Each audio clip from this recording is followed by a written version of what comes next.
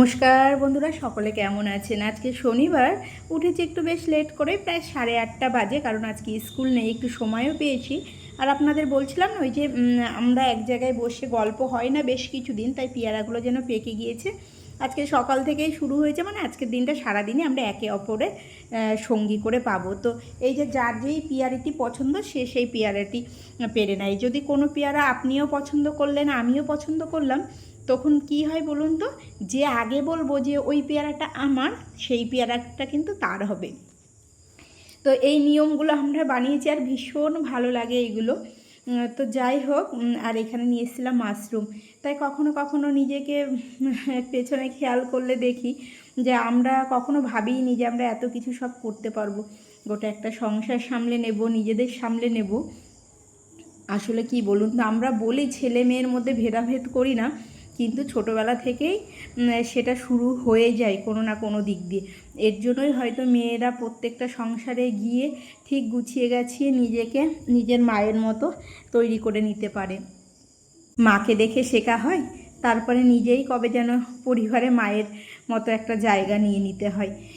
তো এই যে মাশরুমটার সাথে এই বাটিটা আমি পেয়েছি ফ্রি, তো এইটাকে কিন্তু আমি ফেলে দেবো না, লঙ্কা রাখার কাজে ব্যবহার করবো। এখানে ছাড়িয়ে নিয়ে যে মাশরুমটা দেখুন ফুলের মতো কি সুন্দর লাগছে। আজকে একটু বড় বড় করেই কেটে নিলাম। আজকে একটু খুব তেল মশলা কম দিয়ে রান্না করব। তো আজকে যেন পেয়ারা গাছটা, সত্যি পেয়ারাগুলো, গাছটাও খুব খুশি হচ্ছে যে আজকে ওর ফল সবাই মিলে আনন্দ করে খাচ্ছে। তো এইদিকে আমি মশলা কষাতে শুরু করেছি।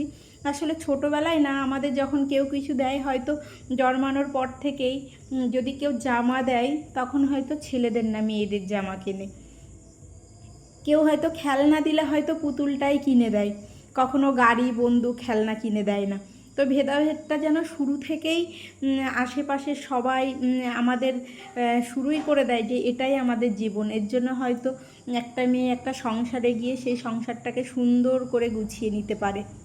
জন্মানোর পর থেকে এগুলো দেখতে দেখতে হয়তো এর জন্য আমরা যখন একটু বড় হয়ে যাই না, তখন হয়তো আমরা গাড়ি চালানো, ফুটবলের দিকে খুব কমই নেশা থাকে আমাদের, যেন সেই পুতুল আর হাঁড়ি কড়াই রান্নাবাটি নিয়েই খেলা করতে ইচ্ছে করে।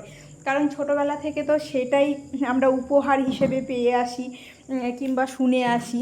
তো ভেদাভেদটা প্রথম থেকেই হয়তো হয়, আমরা না বুঝেও করি, হয়তো বুঝেও করি। সেই সময়গুলো এখন অনেক পরিবর্তন হয়েছে। এখন জামা কাপড়, কাজ, সব কিছুতেই যেন আর ভেদাভেদটা অনেকেই কম করে। এখন ছেলেমেয়েরা হাতে হাত মিলিয়ে কাজ করতে পারে। তো এই যে এখানে এই কুমড়ো গাছটা আপনাদের দেখিয়েছিলাম না, অনেকটাই তো কেটে ফেলা হয়েছে কাল, জঙ্গল হয়ে যাচ্ছিলো, তাই তো বাকি গাছটা ভাবলাম আমাকে যে বলেছে তার কথা মতো একটু গাছের ডালগুলো কেটে দিয়েই, নইলে দেখি পাতাগুলো, যেহেতু কুমড়ো হচ্ছেই না, একটু মনে কোথাও আশা পেয়েছি যে হয়তো হতে পারে, কারণ তারা চাষবাস করে তো অনেকটাই জানে। তো তার কথা অনুযায়ী আমি পাতাগুলোকে কেটে দিলাম, কিছু পাতা। এবার হয়তো একটু আশা নিয়েই চেয়ে রইব গাছের দিকে যে কুমড়ো জালি আসছে কি না।